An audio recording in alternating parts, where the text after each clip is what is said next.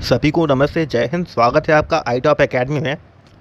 Last जो हमने video देखी थी उसके अंदर हमने पाचन अंग के बारे में जाना था। आज जो है हम पढ़ेंगे किसके बारे में, श्वसन अंग के बारे में। आपको यह भी बता दें कि इस चैनल पर यूपीजेएस जो एडेड स्कूल की भर्ती आई है उसकी तैयारी कराई जाती है। उसका सिलेबस हम पूरा लेके चल रहे हैं। उसके साथ साथ जो सुपर टेट है और सी टेट है उसका सिलेबस भी कवर हो रहा है। तो यदि आप इन वीडियोस को रेगुलरली फॉलो करेंगे तो आपका साइंस का टॉपिक आसानी से कवर हो जाएगा। साइंस और मैथ्स को हम लेके चल रहे हैं। साथ में हमने कुछ एसएसटी के टीचर से भी बात की हुई है और भाषा शिक्षकों से भी बात की हुई है। जैसे ही उनकी तरफ से पॉजिटिव रिस्पॉन्स आता है हम भाषा शिक्षक और जो सामाजिक विज्ञान शिक्षक हैं उसके भी वीडियोस लेकर आ जाएंगे। तो बात करते हैं श्वसन अंग की। जैसा हमने आपको बताया था कि भोजन जो होता है उसका पाचन कैसे होता है। अब भोजन का पाचन तो हो गया। जो भोजन है, जो बड़े बड़े कॉम्प्लेक्स मॉलिक्यूल्स से अब वो सिंपल मॉलिक्यूल्स में बदल गए हैं, जिनका एब्जॉर्प्शन यानी अवशोषण सरलता से हो सकता है। अब उनका एब्जॉर्प्शन भी हो गया स्मॉल इंटेस्टाइन ने, यानी छोटी आंत ने, बड़ी आंत ने उनका अवशोषण भी कर लिया। अब बात ये आती है कि उनसे एनर्जी यानी ऊर्जा कैसे निकाली जाए। तो यह कार्य कौन करता है? यह कार्य करता है श्वसन तंत्र। श्वसन तंत्र के अंदर श्वसन अंग आ जाते हैं, तो उनके बारे में देख लेते हैं। श्वसन अंग कौन कौन से हैं? हम नासिका, नाक के द्वारा हम सांस लेते हैं। नासा मार्ग से होते हुए वो ग्रसनी, यानी जो हमारा ग्रसनी है, गले का पिछला हिस्सा है, वहाँ तक पहुँचती है, फिर कर्ण तक पहुँचती है। उसके बाद वायु जो है वो श्वास नली में जाती है और श्वास नली से जुड़ी रहती हैं छोटी छोटी श्वास नलिकाएँ, और उसके बाद जो वायु है वो फेफड़ों तक पहुँचती है। और इस तरीके से ये श्वसन तंत्र बन जाता है। और इसके अंदर जो अंग जुड़े हुए हैं उन्हें हम श्वसन अंग कहते हैं। तो ज़्यादा डिटेल पे तो नहीं जाएंगे, कॉम्प्लेक्स केमिकल रिएक्शंस भी नहीं होगी। बस इतना समझ लीजिए, सिंपल सी बात है, कुछ टर्म्स आपको देखनी है बस। ये हमारा शरीर है, इसके अंदर जो फ्रेश एयर है, जो ऑक्सीजन है, वो हम ऑक्सीजन अंदर लेते हैं। इसको बोलते हैं अंतः श्वसन या फिर निश्वसन। ऑक्सीजन युक्त वायु शरीर के अंदर चली जाती है फेफड़ों के द्वारा, और उसके पूरी बॉडी के अंदर वो मिल जाती है वायु, और फेफड़ों के द्वारा ही बाकी जितने भी श्वसन अंग हैं, जैसे नासिका है, कंठ है, उसके थ्रू ये CO2 युक्त वायु बाहर आ जाती है। इसको बोलते हैं उच्छ्वसन या फिर निःश्वसन। यानी जो श्वसन तंत्र है उसके अंदर सिंपली हमें बस इतना पढ़ना है कि O2 अंदर आती है, CO2 बाहर जाती है। O2 अंदर आती है तो उसे बोलते हैं अंतःश्वसन, निःश्वसन, और बाहर जाती है तो उसे बोलते हैं उच्छ्वसन या फिर निःश्वसन। एक विसर्ग का अंतर है बस। तो इसलिए टर्म्स को स्पेसिफिकली याद रखना है, टर्म्स गलत नहीं करनी है। चलते हैं आगे। जो श्वसन अंग है वो अलग अलग जंतुओं में अलग अलग होते हैं। जैसे जो मछलियाँ हैं उसके अंदर श्वसन अंग क्या है? क्लोम या गिल। गिल की सहायता से वो ऑक्सीजन लेती है, ऑक्सीजन छोड़ती है, पानी के अंदर घुली हुई होती है। जो कीट पतंगे हैं, तिलचट्टा है यानी कॉकरोच, मक्खी हैं, तितलियां हैं, वो वायु नलिकाओं द्वारा वायु को ग्रहण करती हैं। जो स्तनधारी हैं, जिसमें मनुष्य भी आता है, उनके अंदर श्वसन मुख्यतः फेफड़ों द्वारा होता है। श्वसन तंत्र के बारे में, श्वसन अंग के बारे में हमने पढ़ लिया है। कॉम्प्लेक्स ऑक्सीडेशन रिएक्शन सिलेबस के अंदर नहीं है, इसलिए हम उनके बारे में नहीं जानेंगे। बस आपको इतना जानना है, श्वसन अंग के अंदर ऑक्सीजन अंदर आती है, CO2 बाहर जाती है। ऑक्सीजन अंदर जाती है उसे बोलते हैं अंतः श्वसन या निःश्वसन, और जो बाहर जाती है उसे बोलते हैं उच्छ्वसन या फिर निःश्वसन।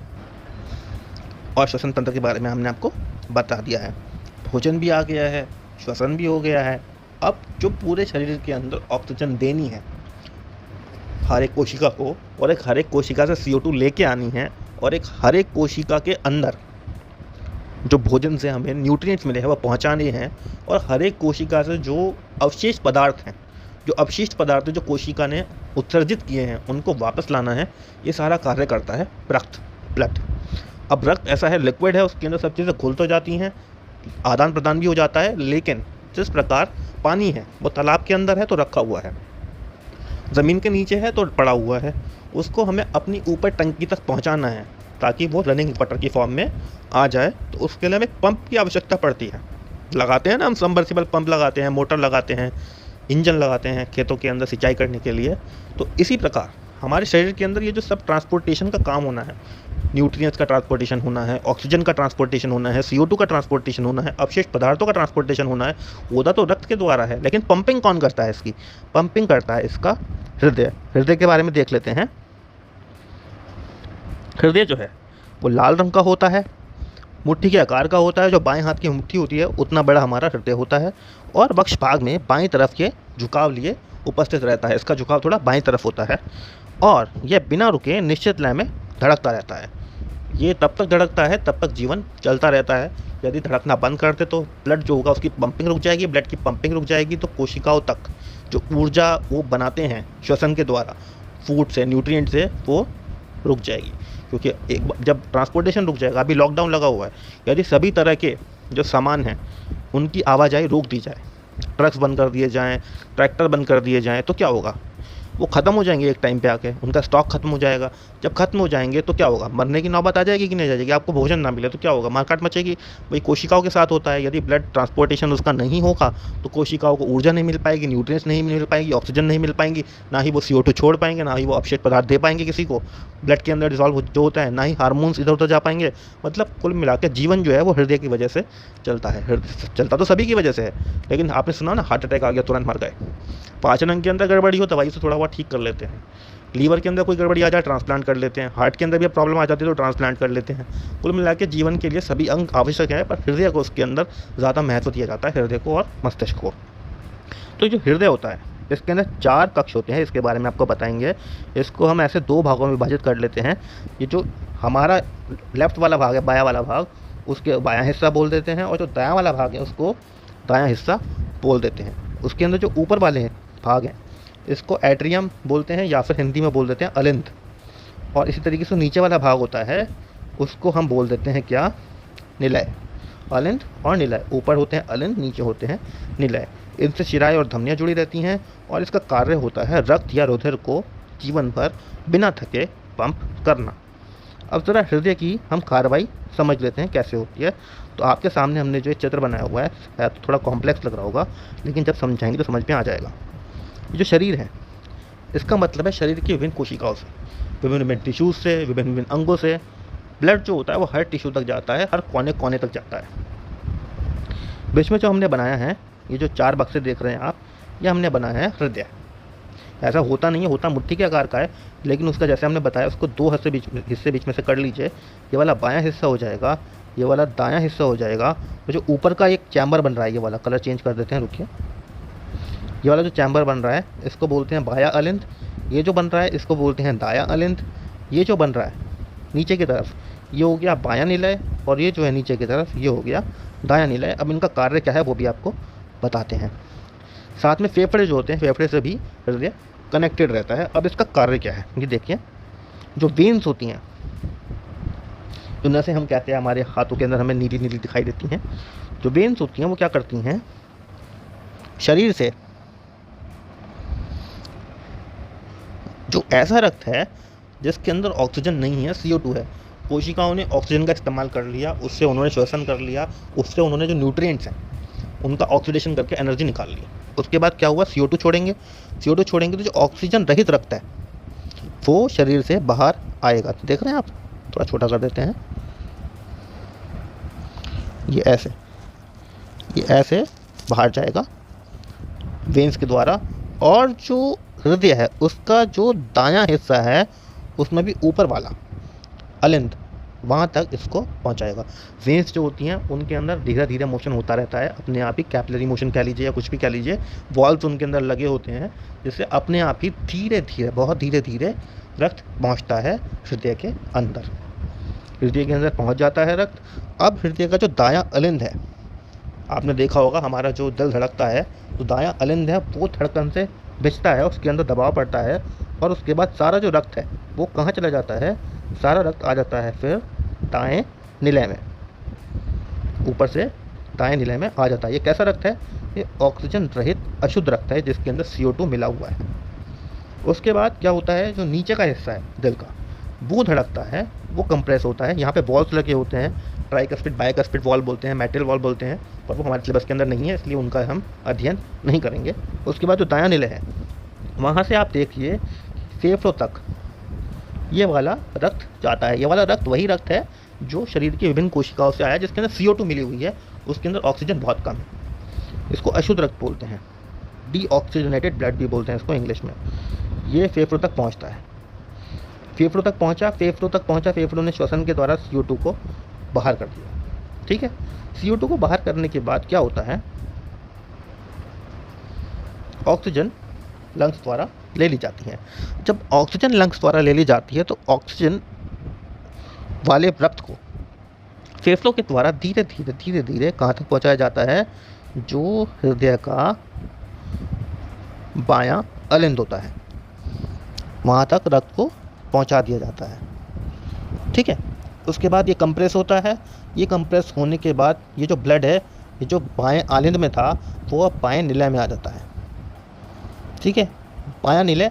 उसके बाद यहाँ से कंप्रेस होता है, यहाँ से फिर धड़कन होती है, कंप्रेस होता है ये, और फिर ये नीचे कहाँ चला जाता है, ऑक्सीजन रहित युक्त शुद्ध रक्त शरीर के विभिन्न हिस्सों तक पहुँचा दिया जाता है। और यही वो जो निलय हैं, निलय की धड़कन जो है ये वाली और ये वाली, ये जब धड़कते हैं तो एक साथ धड़कते हैं। पहले ऊपर का हिस्सा एक साथ धड़केगा, फिर नीचे का हिस्सा एक साथ धड़केगा, मतलब ये लगातार होता है। जब ऊपर का हिस्सा एक साथ धड़केगा तो क्या होगा, जो ब्लड है ये वाला जो डीऑक्सीजनेटेड ब्लड है, शुद्ध रक्त है, वो निलय में आ जाता है। और ये जो शुद्ध रक्त है ये वाला, ये इसमें आ जाता है। मतलब एक साथ कंप्रेशन होता है ऊपर से, ये एक साथ कंप्रेस होकर ब्लड इसमें भर जाता है।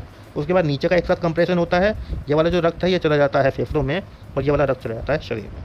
इस तरीके से हृदय पंपिंग करता है। ठीक है। अब इसके अंदर दो क्वेश्चन बनते हैं कि वेन्स और आर्टरीज क्या होती हैं। जो वेन्स होती हैं उनके अंदर बहता है अशुद्ध रक्त। तो वेन्स में क्या होता है, वेन्स क्या होती हैं, जो शरीर के डिफरेंट अंगों से ब्लड को कहाँ तक लेके जाती हैं, दिल तक, उन्हें बोलते हैं वेन्स। ये नलिकाएं दो तरह की होती हैं, आर्टरीज और वेन्स। तो बॉडी से हार्ट तक जो लेके जाएं अशुद्ध रक्त को, उसको बोलते हैं वेन्स।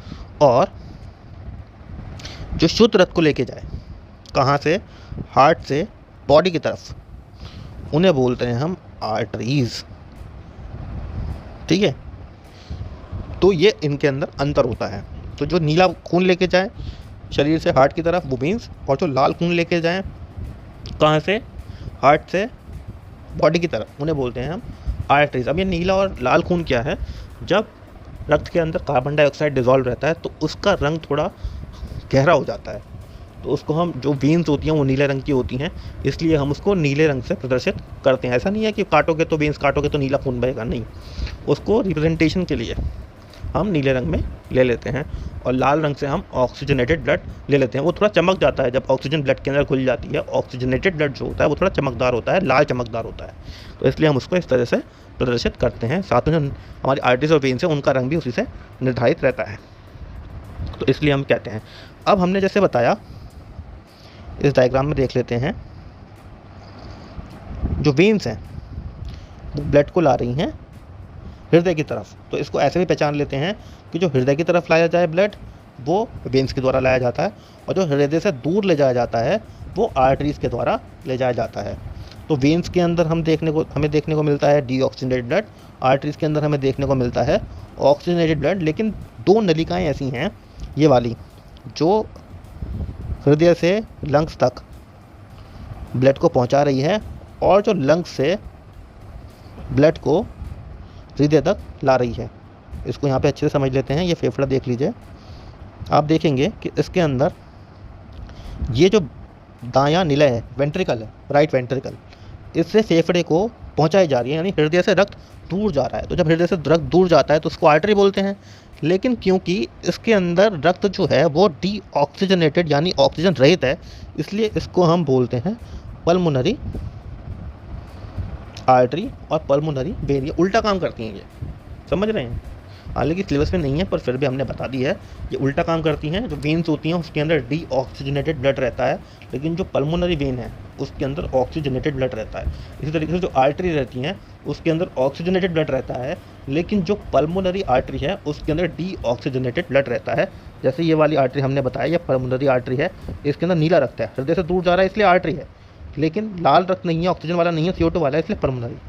पल्मोनरी मतलब लंग से जुड़ी हुई, पल्मोनरी का मतलब लंग से जुड़ा हुआ होता है।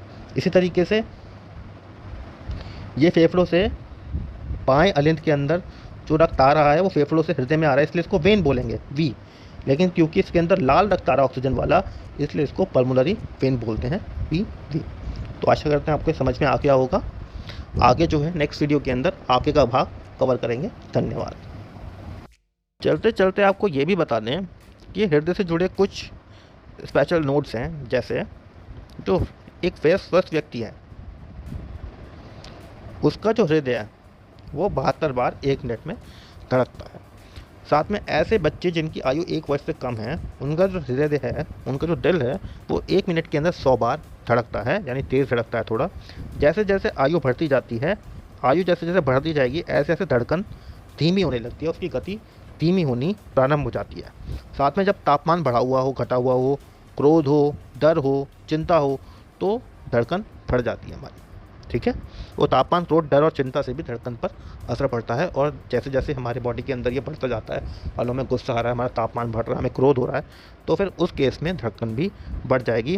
वृक्क और जनन अंग और साथ में जो मनुष्य से जुड़े कंकाल तंत्र है, उसके बारे में हम नेक्स्ट वीडियो में स्टडी करेंगे। जुड़े रहिए iTop अकेडमी से। धन्यवाद। वीडियो देखने के लिए धन्यवाद। यदि आपको हमारी ये वीडियो अच्छी लगी हो तो लाइक अवश्य करें। लाइक के बिना वीडियो छोड़कर ना जाएं।